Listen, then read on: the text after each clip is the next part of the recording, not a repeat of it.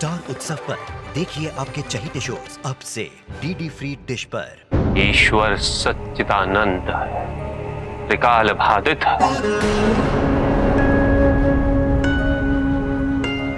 निरंतर ज्ञान के प्रकाश से प्रकाशित है,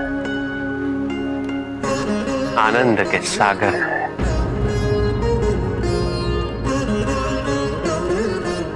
ईश्वर ही सृष्टि के परम तत्व है, निरंजन है, निर्विकार है, निर्गुण और निराकार है, साथ ही सगुण और साकार भी है। और वही संसार के सृजन करता, वही संहार करता भी है। सर्वव्यापी, सर्व अंतर्यामी,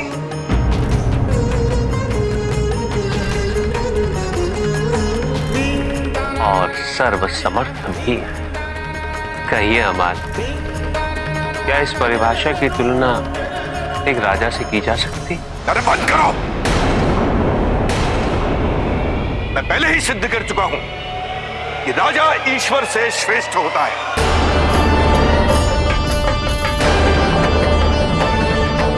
ईश्वर के बारे में जो कुछ तुमने कहा, ये सारा जग कहता है, वो एक कल्पना है, मात्र कल्पना। मेरी ओर से शास्त्रार्थ समाप्त। अर्थात आचार्य महात्मा विजय है। कभी नहीं।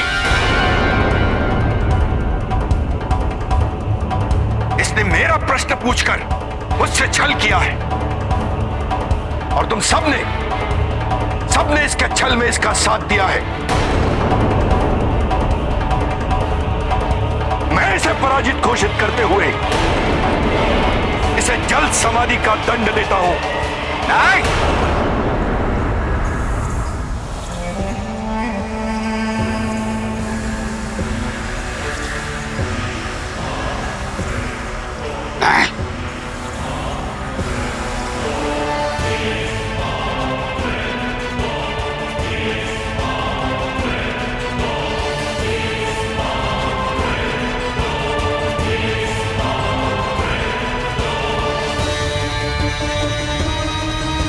राजा कौन?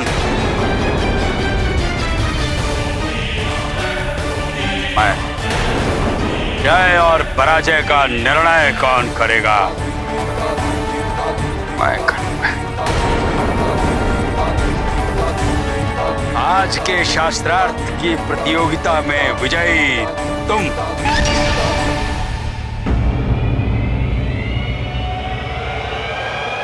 नहीं हो।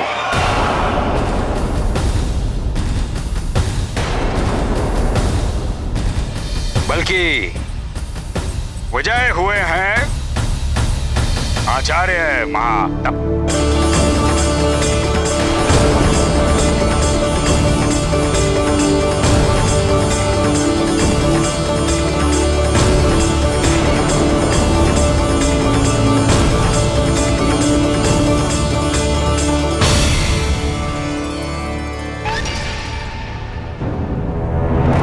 महाराज, ये क्या कर रहे हैं? आप मुझे पराजित घोषित कर रहे हैं? अपने अमात्य का अपमान कर रहे हैं? तुमने भी तो राजा को अपमानित होने दिया। अपनी बुद्धिमत्ता से सिद्ध नहीं कर पाए कि राजा ईश्वर से बड़ा होता है। अर्थात अब तुम मेरे किसी योग्य नहीं रहे। अब जल समाधि तुम्हें लेनी होगी।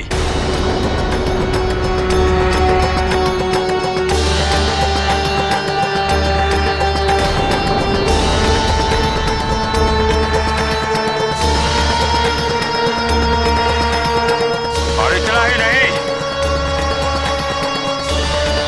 मैं तुम्हारे स्थान पर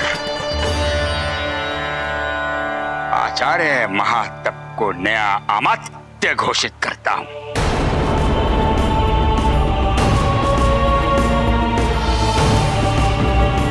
आचार्य महात्मा की, आचार्य महात्मा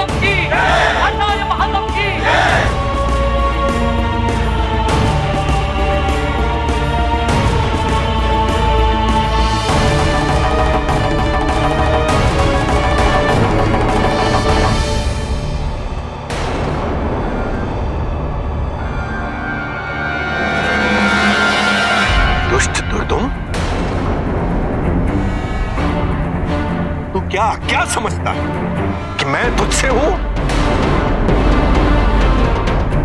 नहीं, कदापि नहीं।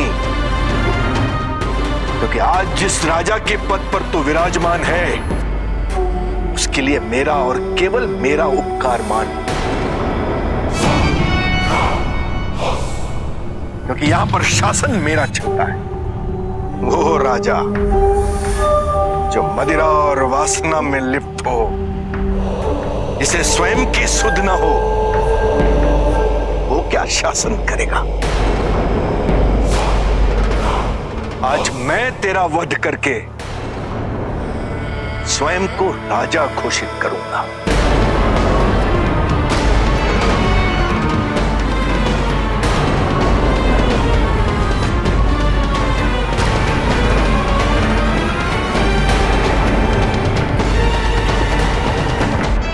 इन सैनिकों पर आश्रित मत रहना, क्योंकि आज ही के दिन के लिए मैंने राक्षस योद्धाओं को अपना मित्र बनाया। तो तुम मुझसे विश्वासघात करोगे? हाँ, जैसा तुमने किया था कई वर्षों पहले, जब हम घनिष्ठ मित्र हुआ करते थे। ज्ञान मूर्ति, मत भूलो, मैंने आजीवन तुम्हारे परिवार पर अनगिनत उपकार किया है। कभी धन की कमी नहीं होने दी तुम्हें। हाँ, किंतु तुम्हारी वास्तविकता मुझे उस दिन ज्ञात हुई, जिस दिन मेरी पुत्री ज्वर से ग्रस्त हुई।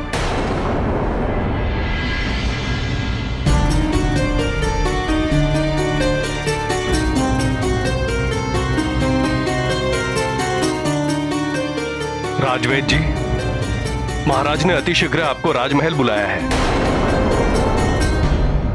आप चिंता ना करें, मैं शीघ्र अतिशीघ्र लौटूंगा।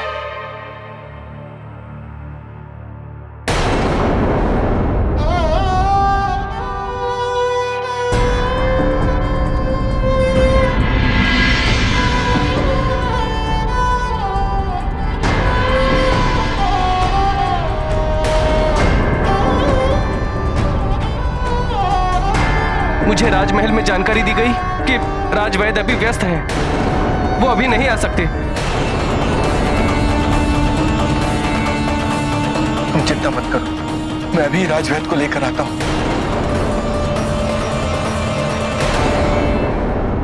इस समय मेरे सबसे प्रिय अश्व के उपचार से महत्वपूर्ण और कुछ नहीं। मैं तो इसलिए कह रहा था कि वो आपका मित्र है, और भीख मिले तो भिखारी भी मित्र बनना चाहता है।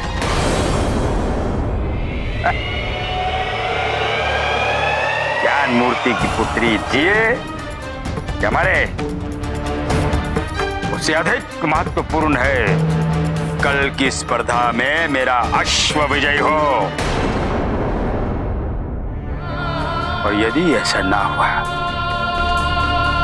मेरे सम्मान को, मेरी प्रतिष्ठा को ठेस पहुंचेगी।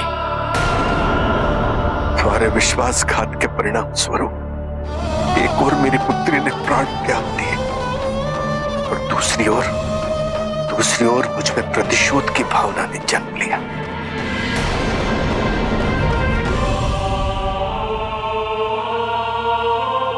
आज प्रतिशोध का वो दिन आ चुका है दुर्दुम।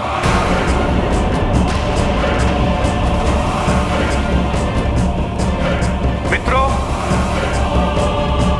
तुम्हारा भोजन तैयार है।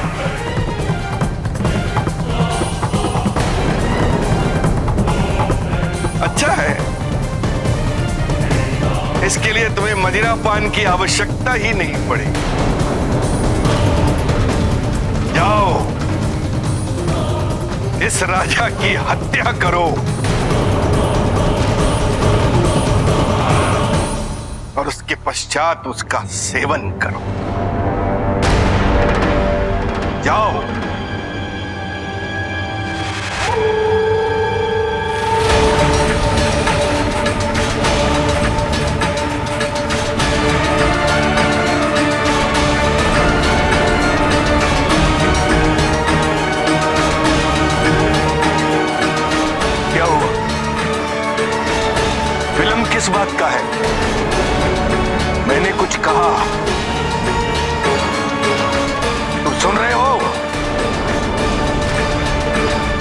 उस राजा की हत्या करो।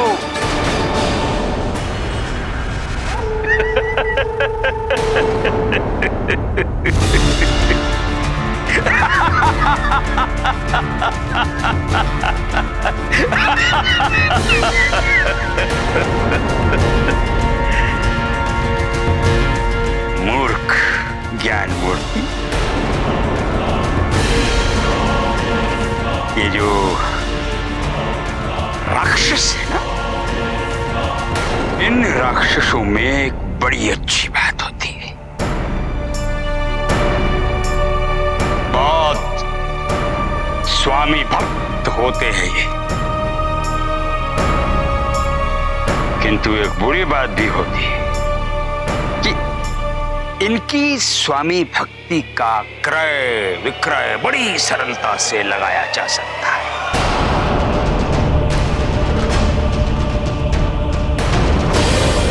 हाँ ज्ञान मूर्ति, मैं मदिरा पान करता हूं, भरपूर करता हूं, किंतु इतना मदोन्मत्त नहीं होता तुम्हारे छल को ना समझ पाऊं। संदेह तो मुझे उसी दिन हो गया था जब तुम इन राक्षसों को लाए थे। एक त्रुटि कर दी तुमने ज्ञान मूर्ति, इनका मूल्यांकन नहीं कर पाए। किंतु जब मैंने प्रस्ताव रखा तो बिना एक क्षण विलंब किए ये सब मेरे साथ आ गए। अब ये केवल मेरा आदेश मानेंगे। तुम्हें तुम्हारी पुत्री की मृत्यु का दुख है, उसे मेरे कारण खोया है ना तुमने। ठीक, अब मैं पिता और पुत्री का पुनर्मिलन करवाऊंगा। अब तुम्हारी होगी जल जल जल समाधि।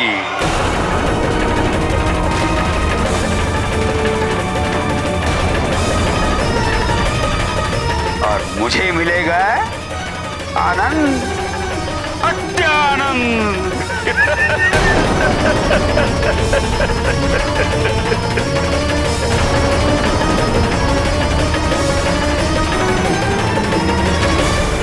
ज्ञान मूर्ति,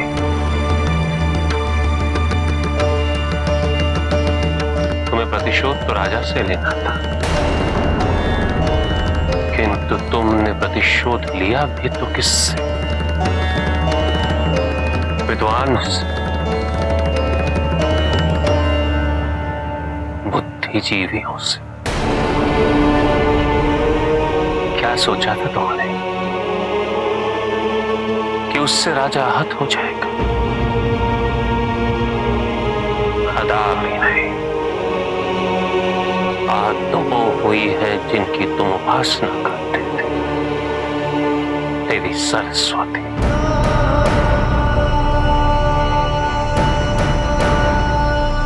क्योंकि विद्वान तो उनके पुत्र समान होते हैं, तुमने उन्हें ही जल समाधि लेने पर विवश कर दिया।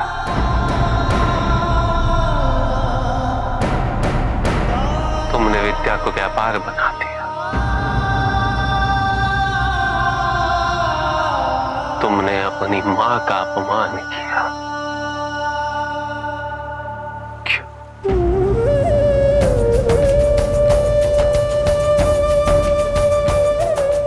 तुमने एक बार भी ये नहीं सोचा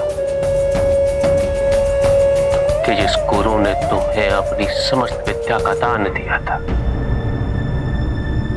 यदि उन्होंने ही तुमसे स्वयं शुल्क मांगा होता तो तुम क्या करते? क्या तुम विद्वान बन पाते? जो ज्ञान स्वयं तुम्हें सहज रूप से आशीर्वाद बनकर प्राप्त हुआ, उसे दूसरों के लिए दुर्लभ बना देने का पाप किया है तुमने।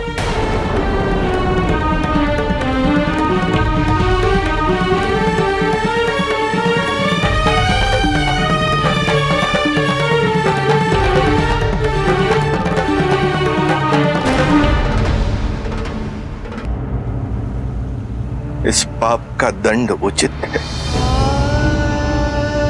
मैं जल्द समाधि लूंगा।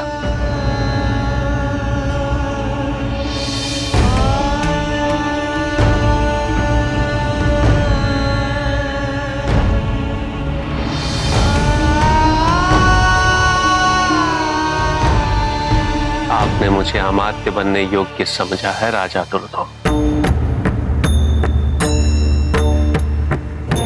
किसी भी विद्वान को खो देना किसी भी समाज के लिए हानिकारक हो सकता है। इसलिए मैं स्वयं आपसे ये निवेदन करता हूं, क्षमा कर दीजिए ज्ञान मूर्ति को।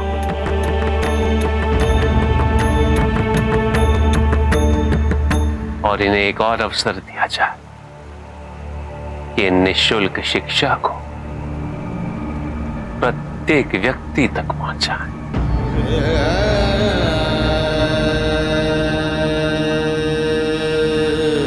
और यही इनके पापों का प्रायश्चित होगा।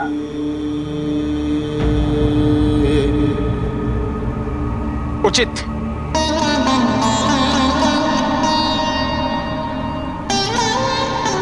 वैसे भी आजीवन ये मेरी भिक्षा पर पड़ा है। दिया, इसे जीवन दान दिया।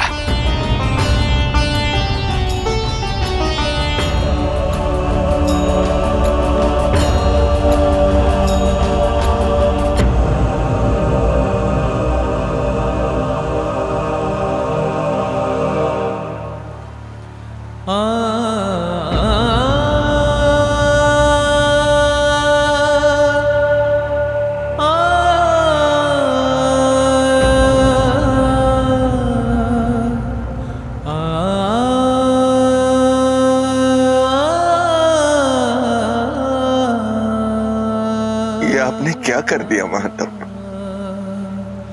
मां सरस्वती का अनादर करने के पश्चात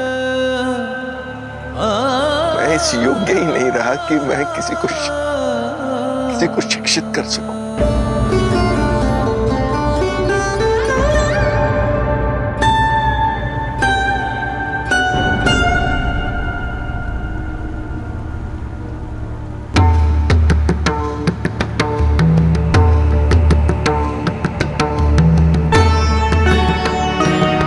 यदि योग्य नहीं तो पुनः योग्य बनने का प्रयास तो कर सकते हैं। देवी सरस्वती का निरादर किया है तो उनकी सेवा करके उन्हें प्रसन्न करना यह अब आपका दायित्व है।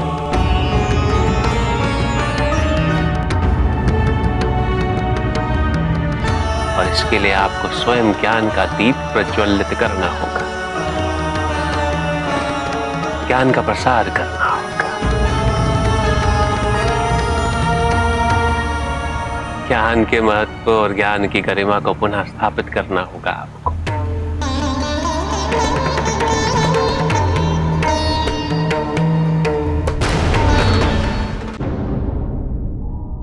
उनकी यही करुणा, दयाशीलता यही दर्शाती है कि वो देवों के देव महादेव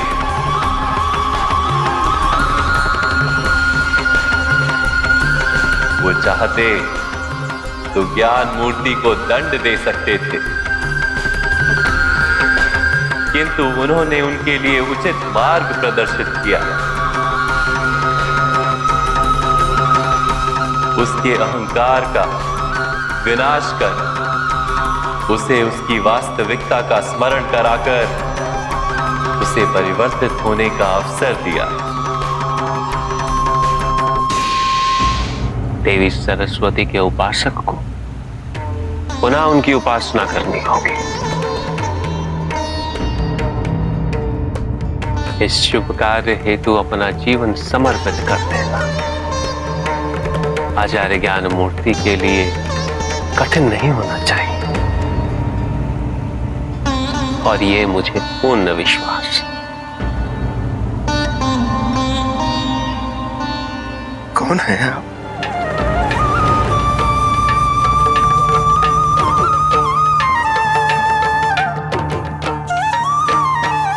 क्यों मुझे आपके समक्ष अपनी नगण्यता का बोध हो रहा है? क्यों इस बात का बोध हो रहा है कि मैं एक ईश्वर के सामने खड़ा हूं?